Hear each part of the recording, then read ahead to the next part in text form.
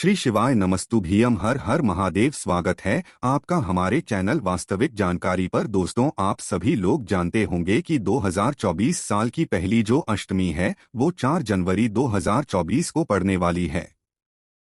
अब दोस्तों, पहली अष्टमी है तो इसमें कौन सी बड़ी बात है?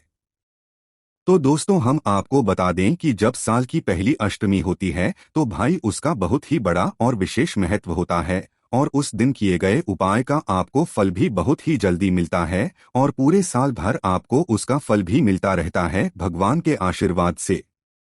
और दोस्तों, इस बार का इस जो पहला दिन रहा है वो सोमवार का दिन ही रहा है, तो सीधी सी बात ये होती है कि पूरे साल भर हमें भगवान शिव जी की कृपा प्राप्त होती रहेगी। पर दोस्तों, उसी के बाद में साल की पहली अष्टमी भी आने वाली है जो कि 4 जनवरी 2024 के दिन पड़ने वाली है।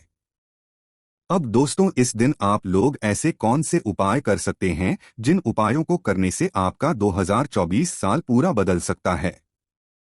वही उपाय हम आपको आज की इस वीडियो में बताने वाले हैं। दोस्तों, अष्टमी का दिन भगवान शिव जी और माता पार्वती जी के लिए बहुत ही ज्यादा विशेष होता है। को प्रसन्न करने वाले व्यक्ति के जीवन से सारी दुख और समस्याएं भी दूर हो जाती है। तो सबसे पहले हम जिस उपाय के बारे में बात करेंगे वो है दोस्तों यहाँ पर 5 खनीर के फूल वाला उपाय। अब दोस्तों, 5 फूल वाले उपाय में क्या होता है कि ये वाला जो उपाय है ये हमारे जीवन से दुख और समस्याओं को दूर करता है, हमारी सारी मनोकामनाओं को भी पूर्ण करता है, साथ ही में भगवान शिव जी तक हमारे मन की बात भी पहुंचाता है। तो अब इस उपाय में क्या करना रहता है, कैसे होता है वो आप समझिए। देखिए, इस उपाय को आपको इस दिन वाली अष्टमी, ये 2024 साल की पहली अष्टमी जो कि गुरुवार के दिन पड़ रही है, 4 जनवरी 2024 के दिन पड़ रही है, उस दिन आप लोगों को ये वाला उपाय करना है। तो सबसे पहले हम लोग समझते हैं कि 5 कनेर के फूल वाले में उपाय में आपको करना क्या रहता है। तो सीधी सी बात है कि इस उपाय में आपको कनेर के फूल लेकर आना पड़ेंगे। कनेर के फूल पीले कलर के होते हैं जो कि आपको बहुत ही आसानी से कनीर के पेड़ में जरूर मिल जाएंगे। तो करना क्या है दोस्तों, 5 कनीर के फूल आप लोगों को लेकर आने हैं। 5 से ज्यादा भी ले सकते हो, पर उपाय के लिए तो 5 कलर के फूल बहुत हो। तो आपको करना क्या है, 5 कनीर के फूल आप लोगों को लेकर आने हैं। कहाँ से लेकर आओगे? पेड़ से तोड़कर लाओगे, क्योंकि ये बिकने नहीं आते हैं। तो 5 कनीर के फूल लाने के बाद आप इस साल की पहली अष्टमी के दिन सुबह सुबह आप जाना भगवान शिव जी के मंदिर में। 1 लोटा जल या पूजन की जो सामग्री लेकर जाना चाहो वो लेकर जा सकते हो, कोई दिक्कत नहीं है। तो आपको करना क्या है कि अपनी पहले पूजन अर्चना करने के बाद आपने वह 5 कनीर के फूल लेकर शिव जी के पास में बैठ जाना। 5 कनीर के फूल लेकर शिव जी के पास में बैठने के बाद आपको फूलों को 5 अलग अलग स्थानों पर चढ़ाना है जो कि शिव जी के शिवलिंग के ऊपर ही रहेंगे। अब वो 5 स्थान कौन कौन से हैं और कैसे फूल चढ़ाना है वो आप लोग सुनिए। देखिए, आपके पास 5 करने के फूल हैं जिसमें से आप पहला फूल निकाल दीजिए। उस पहले फूल को आप लोग चढ़ाइए कहाँ पर? जो भगवान शिव जी के शिवलिंग के ऊपर गणेश जी का स्थान होता है वहां पर। गणेश जी का स्थान कहाँ पर होता है? जो शिवलिंग होती है, जलाधारी का जो राइट हैंड होता है, जलाधारी का जो सीधे हाथ का भाग होता है वो होता है गणेश जी का स्थान। तो उस स्थान पर पहला अपना कन्हैया का फूल समर्पित कर उसके बाद में दूसरे फूल की बात करें तो दूसरा फूल जो आप समर्पित करेंगे वो कार्तिक जी वाले स्थान पर समर्पित करेंगे, मतलब जलाधारी के लेफ्ट भाग में उल्टे हाथ पर दूसरा फूल आपने समर्पित कर दिया। अब तीसरे फूल की अगर हम लोग बात करें तो तीसरा फूल बिल्कुल जलाधारी के बिल्कुल बीचों बीच में यहाँ पर समर्पित होगा। तीसरा फूल बिल्कुल बीचों बीच में समर्पित करने के बाद जो खिला हुआ भाग है वो शिवलिंग की तरफ होना चाहिए, इस बात का ध्यान रखना।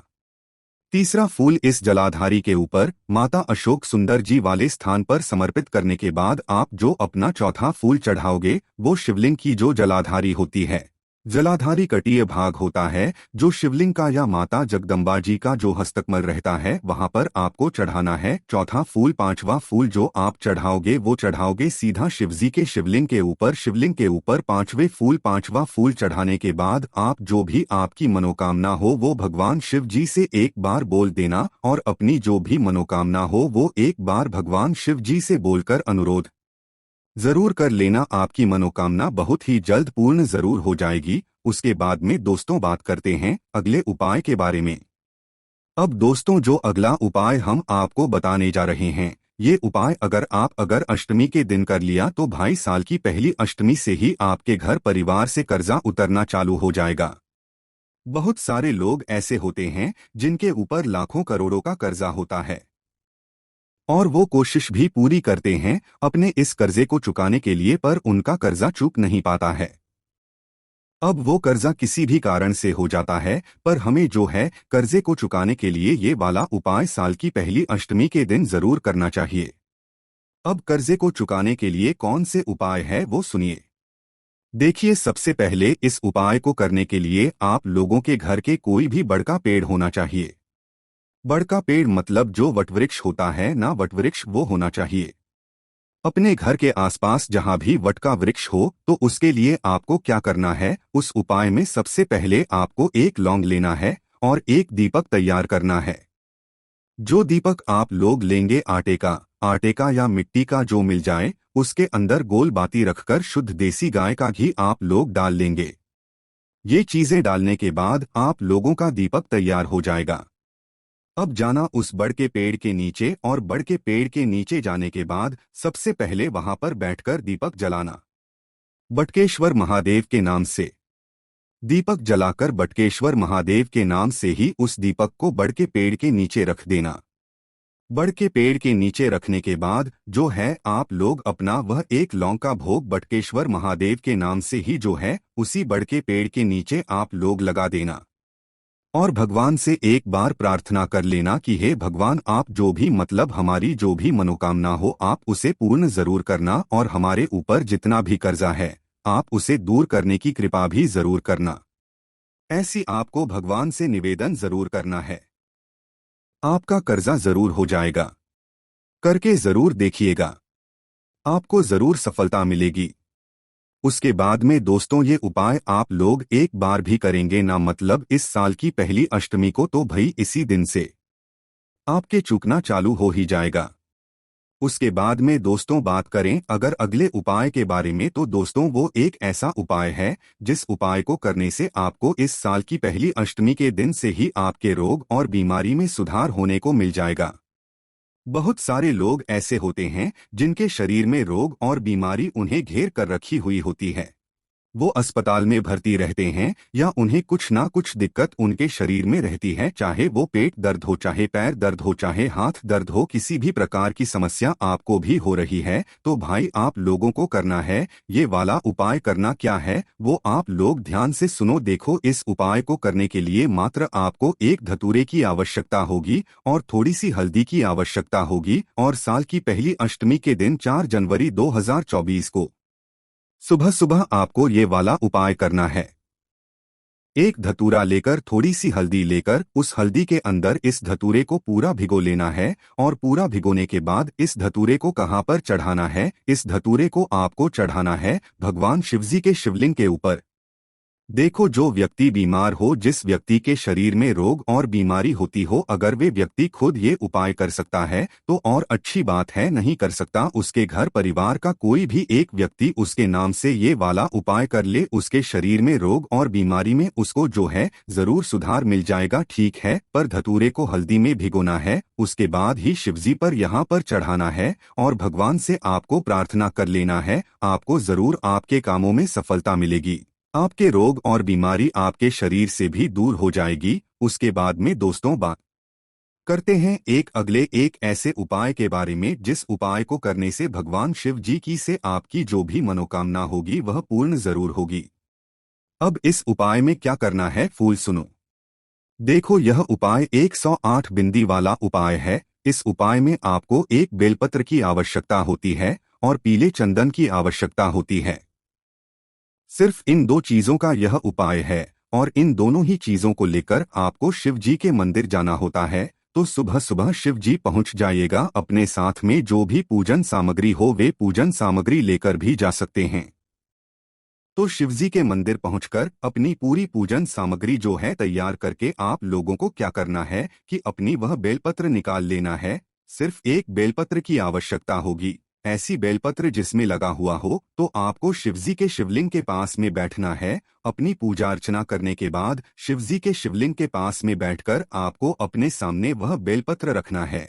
चिकना भाग अपने सामने की तरफ रखना है और चिकने भाग से पहले आप लोग उस बेलपत्र में से दूध तोड़ लेना। मतलब कि एक बेलपत्री होती है, बेलपत्री की एक डंडी होती है, डंडी का बिल्कुल आखिरी वाला भाग देखना, वहां पर एक मोटा मोटा सा हिस्सा रहता है। उस मोटे मोटे से हिस्से को आप तोड़ लेना।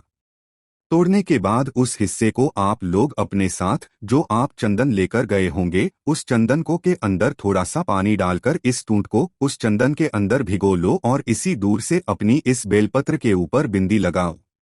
कितनी बिंदी लगाओगे? पूरी 108 बिंदी लगाओगे, वो भी श्री शिवाय नमस्तु भीम बोलते हुए। तीनों पत्तियों की तीनों पत्तियों को मिलाकर आपकी एक बिंदी होना चाहिए। ऐसा ना हो कि एक की एक पत्ती पर आप 108 बिंदी लगा दें। तीनों पत्तियों को मिलाकर 108 बिंदी लग जानी चाहिए। और अगर जगह कम भी पड़ती है तो भाई एक के ऊपर एक बिंदी भी आप लोग चाहो तो लगा सकते हो। तो 108 बिंदी जो आप लोग लगाओगे वो श्री शिवाय बोलकर लगाओगे। जैसे ही आपकी 108 बिंदियां लग जाती है तो भाई बिंदियों को लगाने के बाद बिंदियां लगने के बाद यह बेल पत्तियों को शिव जी की शिवलिंग के ऊपर श्री शिवाय बोलकर अपनी जो भी मनोकामना बोलकर चढ़ा देना।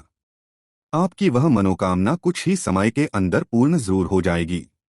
आप करके एक बार जरूर देखिएगा। इस उपाय को करने से भी आपको सफलता जरूर मिलेगी। चलिए दोस्तों, अब हम बात करते हैं अगले उस उपाय के बारे में जिस उपाय को करने से आपकी जो भी विशेष मनोकामना हो वो पूर्ण जरूर होगी। दोस्तों, साल की पहली अष्टमी है तो भाई आप लोग 2 स्थानों पर इस दिन दीपक जरूर लगाकर आना। साथ ही में इससे होगा क्या कि भाई आपके घर में जो माता लक्ष्मी जी की कृपा है, साथ ही में जो सुख समृद्धि धन धान्य की जो कृपा है वो हो जाएगी। इस उपाय में क्या करना है, आपको 2 दीपक तैयार करने हैं। दोनों ही दीपक आटे के आप लोग तैयार कर सकते हैं, जिनके अंदर आप लोग रखेंगे गोल बाती। गोल बाती रखने के बाद में आप लोग उस दीपक के अंदर क्या करोगे, यहाँ पर शुद्ध देसी गाय का घी डालोगे। घी डालने के बाद ये 2 दीपक आपके पास तैयार हैं। इन 2 दीपकों को 2 अलग अलग स्थानों पर आपको लगाकर आना है, वो भी शाम के समय प्रदोष काल में साल की पहली अष्टमी के दिन। क्या करना है, सबसे पहला जो दीपक लेकर जाओगे वो आप लेकर जाओगे शिवजी के मंदिर में। शिवजी के मंदिर में सबसे पहला दीपक जाओगे तो भाई शिवजी के मंदिर में शिवजी के शिवलिंग के पास में अपना पहला दीपक बैठकर जलाकर वहां पर भगवान के सामने रख सकते हो। और अगर चाहो तो भाई शिवजी की जो चौखट होती है, चौखट के या द्वार जो चौखट होती है या द्वार होता है, तो वहां पर भी आप लोग ये दीपक को रख सकते हो। ठीक है, दीपक को रखने के बाद भगवान से प्रार्थना कर लेना। पहला दीपक आपने रखा, आप दूसरा दीपक लेकर जाओगे, वो बेलपत्री के पेड़ के नीचे लेकर जाओगे। धन धान्य को बढ़ाने के लिए बेलपत्री के नीचे पहुंचकर ही अपना दूसरा दीपक वहां पर बैठकर जला देना और भगवान से प्रार्थना कर लेना। अपनी जो भी मनोकामना हो, धन प्रति से जुड़ी हुई, धन जरूरी हो, वो बोल देना। आपकी जो भी मनोकामना होगी वो कुछ ही समय में पूर्ण जरूर हो जाएगी। बाकी दोस्तों, आपको इन उपाय करने में कोई भी दिक्कत समस्या परेशानी आती है तो आप हमसे कमेंट करके पूछ सकते हैं। श्री शिवाय नमस्तु भीयम। हर हर महादेव।